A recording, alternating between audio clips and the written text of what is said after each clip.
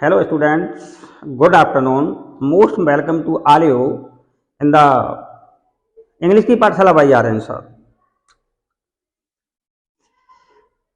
देखिए, आज की वीडियो में हम आपको क्रमशः, जैसा कि पहले जीरो लेवल से हमने टेंस की शुरुआत की थी, टेंस में विद प्रोनाउंस, हेल्पिंग वर्ब और मेन वर्ब का यूज करते हुए आज का चैप्टर है आपका प्रेजेंट कंटिन्यूअस टेंस। किसी भी टेंस में खास कौन सी चीजें दो होती हैं, ऑलरेडी में हम आप लोगों को बता चुके हैं। तो आइए देखते हैं आज के इस वीडियो में प्रेजेंट कंटिन्यूअस टेंस के बारे में। क्या होता है प्रेजेंट कंटिन्यूअस और इसकी हेल्पिंग वर्ब कौन सी होती हैं, मेन वर्ब में क्या लगाया जाता है। तो देखिए, प्रेजेंट कंटिन्यूअस की हेल्पिंग वर्ब होती है रहा है, रही है, रहे हैं, रहा हूं। यदि किसी हिंदी के सेंटेंस में ये शब्द वाक्य के अंत में आए तो पहचान करना बहुत आसान होता है, प्रेजेंट कंटिन्यूअस टेंस कहलाएगा वो। बाकी के अंत में यदि रहा है, रही है, रहे, रहा हूं आता है तो प्रेजेंट कंटिन्यूअस टेंस होता है। ये लगभग सभी स्टूडेंट्स जानते हैं। तब हम क्या करते हैं, सेंटेंस को कैसे सॉल्व करते हैं। सबसे पहले हेल्पिंग वर्ब आप देख रहे हैं, यहां हेल्पिंग वर्ब इज, एम और आर का यूज किया जाता है। अब इज किसके साथ लगाते हैं, एम किसके साथ लगाते हैं, आर किसके साथ लगाते हैं और मेन वर्ब में क्या लगाते हैं। एच वी का मतलब है हेल्पिंग वर्ब, जिसको सहायक क्रिया बोला जाता है। एम बी का मतलब होता है मेन वर्ब, जिसको मुख्य क्रिया हिंदी में कहते हैं। मुख्य क्रिया की फर्स्ट फॉर्म रख के फिर हम क्या करेंगे, मेन वर्ब में इसमें आईएनजी जोड़ देंगे। चाहे हेल्पिंग वर्ब इज हो, चाहे एम हो, चाहे आर हो, सबके साथ हो हम मेन वर्ब में आईएनजी लगाएंगे। यहां हम तीन प्रकार के सेंटेंस को लेकर चल रहे हैं। कौन कौन सा, जैसा कि पिछले टेंस प्रेजेंट इंडेफिनिट में भी हमने तीन प्रकार के सेंटेंस के साथ हेल्पिंग वर्ब का यूज करके बताया था, तो आज भी इस वीडियो में देखिए तीन प्रकार के सेंटेंस हैं। पहला सेंटेंस है आपका अफर्मेटिव, दूसरा होता है नेगेटिव और तीसरा होता है कौन सा, इंटेरोगेटिव। देखिए, यहां अफर्मेटिव सेंटेंस जो होता है वो पॉजिटिव डिक्लेरेटिव कह लीजिए सेंटेंस होता है, जिसमें हम प्रोनाउन ही, शी और इट, ये आपके सिंगुलर प्रोनाउन होते हैं। कौन से होते हैं, सिंगुलर प्रोनाउन होते हैं। इनके साथ किसका प्रयोग करेंगे, इज का प्रयोग करेंगे। और सिंगुलर नाउन के साथ में भी इज का प्रयोग होता है। आई के साथ में किसका प्रयोग होगा, एम का प्रयोग होगा। और वी, यू और दे, इनके साथ हम आर का प्रयोग करते हैं। तो इस प्रकार से अफर्मेटिव सेंटेंस में इन प्रोनाउंस यानी सिंगुलर प्रोनाउन, सिंगुलर नाउन के साथ में इज का प्रयोग करेंगे, आई के साथ में एम का प्रयोग करेंगे, और वी, यू, दे आपके ये प्लूरल प्रोनाउन होते हैं, जैसा पहले ही हम बता चुके हैं। और प्लूरल नाउन के साथ में आर का प्रयोग होगा। Likely this we can use these helping verbs with these pronouns and noun in negative type sentence. हम इनका भी प्रयोग ही, शी, इट के साथ में इज नॉट लगाएंगे नेगेटिव सेंटेंस में, और सिंगुलर नाउन के साथ में इज नॉट का प्रयोग करेंगे, आई के साथ में एम का प्रयोग करेंगे, और वी, यू, दे, यहां पर आप देख रहे हैं वी, यू, दे आपके जो प्लूरल प्रोनाउन हैं इनके साथ में आर नॉट का प्रयोग करेंगे। ही, शी, इट इज नॉट लगाएंगे, सिंगुलर नाउन के साथ में भी इज नॉट लगाएंगे, आई के साथ में एम नॉट लगाएंगे, और बी, यू, दे के साथ में आर नॉट का प्रयोग करेंगे। अब बात ये यहां आती है कि ये एज एम आर हम रखेंगे कहां पर यूज किए जाएंगे ये। तो आइए देखते हैं एक स्ट्रक्चर के माध्यम से कि फार्मूला अफर्मेटिव का क्या है, नेगेटिव का क्या है और इंटेरोगेटिव का क्या है। सबसे पहले हम अफर्मेटिव सेंटेंस को देखते हैं। सब्जेक्ट के बाद में एज एम आर, जैसा कि मैंने बता दिया किसके साथ एज लगाएंगे, किसके साथ एम लगाएंगे, किसके साथ आर लगाएंगे। तो according to subject as am are का यूज करते हुए फिर मेन वर्ब में आईएनजी लगाएंगे, ऑब्जेक्ट रखेंगे, अदर वर्ब रखेंगे। लेकिन नेगेटिव सेंटेंस में क्या करेंगे? नेगेटिव सेंटेंस में हम सब्जेक्ट रखने के बाद एज एम आर, उसके बाद नोट लगाएंगे और नॉट का प्रयोग हम कहां करेंगे? Helping verb as am are और मेन वर्ब के ठीक बीच में यहां पर नॉट का प्रयोग किया जाएगा। नॉट का प्रयोग कहां होगा? हेल्पिंग वर्ब और मेन वर्ब के ठीक बीच में। After this we can use object and the other word. इस प्रकार से आपका नेगेटिव सेंटेंस सॉल्व हो जाता है। समझ लिया? जहां तक कि समझ में आ रहा होगा, कोई डाउट? चलिए आगे चलते हैं। इसके बाद आता है इंटेरोगेटिव सेंटेंस। किसी भी टेंस में 3 प्रकार के सेंटेंस बनाने होते हैं, अफर्मेटिव, नेगेटिव और इंटेरोगेटिव। अब यहां पर बात ये भी आती है कि इंटेरोगेटिव सेंटेंस कितने प्रकार के होते हैं। तो इंटेरोगेटिव सेंटेंस 2 प्रकार के होते हैं। सबसे पहला होता आपका ये by helping verb. By helping verb, by helping verb को कैसे किया जाता है?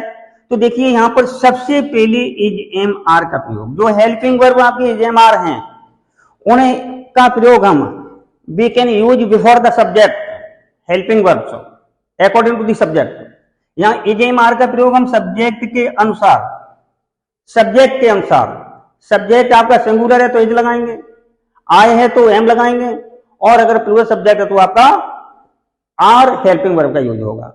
फिर सब्जेक्ट रखने के बाद में मेन वर्ब में आईएनजी लगाते हैं, उसके बाद में ऑब्जेक्ट रखते हैं, फिर अदर वर्ब रखते हैं, and in ending of sentence we place the question mark. बाकी के अंत में क्वेश्चन मार्क लगाते हैं। इस प्रकार के सेंटेंस को कब हेल्पिंग वर्ब से बिगिन किया जाता है?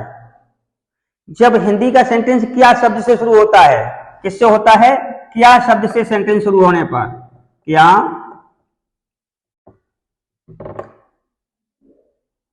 शब्द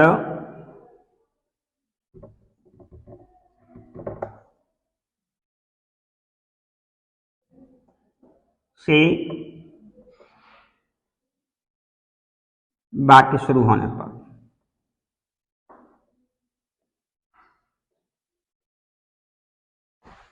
यदि आपका सेंटेंस क्या शब्द से शुरू होता है हिंदी से, तो हम इन्हीं हेल्पिंग वर्ब का यूज सब्जेक्ट के अनुसार, सिंगुलर सब्जेक्ट के साथ में एज, आई के साथ में एम और पूरे सब्जेक्ट के साथ में आर का प्रयोग करते हुए और इस स्ट्रक्चर को हम रखते हैं। चलिए आगे चलते हैं। ये तो आपको दिखाई दिया गया कि एज किसके साथ होगा? इन प्रोनाउंस और सिंगुलर नाउन के साथ में। एम का प्रयोग, एम का कब? आई से पहले एम का प्रयोग करेंगे और आर का प्रयोग हम बी, यू, दे और प्लूरल नाउन के साथ में करते हैं। इस प्रकार से why helping verb sentence interrogative आपका सॉल्व हो जाता है। आगे समझ में? चलिए आगे चलते हैं। नेक्स्ट, ये तो आपका फर्स्ट था वाई हेल्पिंग वर्ब, और सेकंड है आपका वाई क्वेश्चन वर्ब। देखिए जिस प्रकार से हेल्पिंग वर्ब सेंटेंस का स्ट्रक्चर होता है, ठीक उसी प्रकार से बाय क्वेश्चन वर्ब का स्ट्रक्चर है। लेकिन ध्यान रखिए कि हम क्वेश्चन वर्ड को सबसे पहले सेंटेंस में रखेंगे। जो भी क्वेश्चन वर्ड आपके सेंटेंस में आया है, उस क्वेश्चन वर्ड का प्रयोग हम हेल्पिंग वर्ब से बिफोर, सबसे पहले हेल्पिंग वर्ब। हेल्पिंग वर्ब से मतलब पहले क्वेश्चन वर्ड। सबसे पहले क्या रखेंगे? क्वेश्चन वर्ड रखेंगे। फिर क्या रखेंगे? हेल्पिंग वर्ब रखेंगे। उसके बाद में सब्जेक्ट रखेंगे, फिर मेन वर्ब में आईएनजी को रखते हुए ऑब्जेक्ट रखेंगे, इसके बाद में अदर वर्ड, फिर ending of sentence we place question mark. बाकी के अंत में क्वेश्चन मार्क रखा जाएगा। देखिए क्या इसमें और इसमें क्या अंतर है। जब हिंदी का सेंटेंस क्या शब्द से शुरू होता है तब तो हम इस प्रकार से सेंटेंस को रखेंगे। यदि किसी हिंदी के सेंटेंस में क्या, कौन, कब, कहां, कैसे, कितना, किसको, ये शब्द हिंदी के वाक्य में ठीक बीच में आते हैं तो हम उनकी इंग्लिश सबसे पहले यहां इज, एम, आर से पहले भी प्रयोग करेंगे और उसके बाद इज, एम, आर, फिर सब्जेक्ट रखेंगे। ध्यान रखेंगे इस बात का कि आपका सब्जेक्ट किस प्रकार का है, सिंगुलर है कि प्लूरल है। सब्जेक्ट के अनुसार इन हेल्पिंग वर्ब का यूज ही यहां पर किया जाएगा। फिर पूरा स्ट्रक्चर आपका इस प्रकार से होगा। एक एग्जांपल हम आपको यहां दिखाते हैं। शुरू करते हैं अफर्मेटिव सेंटेंस में। जैसे देखिए वह कक्षा में पुस्तक पढ़ रहा है, तो स्ट्रक्चर को देखिए आप। वह सब्जेक्ट है, कैसे होगा, ही।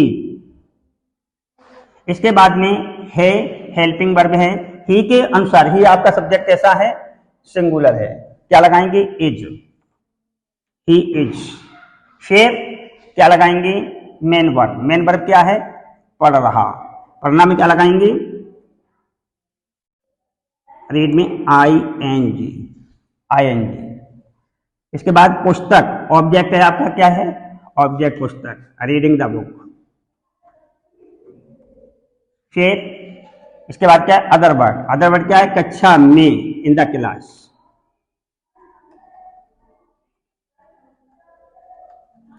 इसी सेंटेंस का हम नेगेटिव बनाते हैं। यदि होता है यहां पर वह कक्षा में पुस्तक नहीं पढ़ रहा है, क्या होता, वह कक्षा में नहीं पढ़ रहा है, कक्षा में पुस्तक नहीं पढ़ रहा है, तो नॉट को हम कहां यूज करते हैं, यहां पर देखिए इज, एम, आर के बाद में नॉट लगाते हैं। कहां लगाते, इज, एम, आर के बाद। जैसे ही इज नॉट, यहां पर नॉट लग जाता, क्या लग जाता, नॉट लग जाता। नेक्स्ट सेंटेंस, इसी इज, एम, आर के बाद में नॉट लगाया जाएगा। नेगेटिव टाइप सेंटेंस में इज, एम, आर के बाद ही नॉट लगेगा, ठीक है ना। चलिए आगे चलते हैं। यहां पर इसी सेंटेंस का देखिए इंटेरोगेटिव देखते हैं। यदि होता क्या वह, यहां होता क्या वह कक्षा में पुस्तक नहीं पढ़ रहा है या पढ़ रहा है, क्या वह कक्षा में पुस्तक पढ़ रहा है, तो क्या शब्द से सेंटेंस शुरू हुआ। जब क्या सेंटेंस से शुरू हुआ तो हम उसका कैसे करते हैं, is he reading the book in the class. पीछे से क्वेश्चन मार्क लगा देते। आगे समझ में, क्या शब्द से शुरू होने पर सेंटेंस को एज, उसकी हेल्पिंग वर्ब से शुरू होगा और वो according to the subject, according to the subject. Subject यहां पर ही सिंगुलर है, इसलिए यहां पर क्या लगाया गया, एज लगाया गया है। तो इस प्रकार से सेंटेंस आपका ये तो रहा अफर्मेटिव। और इसी का नेगेटिव बनाने के लिए जो हमने आपको बताया, यहाँ हेल्पिंग वर्ब के बाद में नॉट लगा देते हैं, आपका नेगेटिव बन जाता है। और हेल्पिंग वर्ब को सब्जेक्ट से पहले प्रयोग करते हैं तो आपका sentence interrogative by helping verb हो जाता है। यदि यही सेंटेंस आपका बाय क्वेश्चन वर्ड होता है, क्या, जैसे कि वह कक्षा में क्या पढ़ रहा है, तो क्या हो जाता, क्या शब्द है आपका, क्या है, क्या शब्द। क्या शब्द की मीनिंग क्या होती है, what, what is he reading in the class. यहां पर देखिए व्हाट आपका क्या है, ये क्वेश्चन वर्ड है, क्या है, क्वेश्चन वर्ड। सेंटेंस आपका किससे बिगिन हुआ है, व्हाट से। यह सेंटेंस आपका व्हाट से बिगिन हुआ है और यह सेंटेंस आपका किससे बिगिन हुआ था, हेल्पिंग वर्ब से। किससे बिगिन हुआ,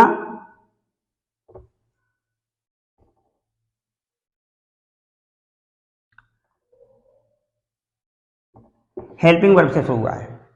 तो इस प्रकार से प्रेजेंट कंटिन्यूअस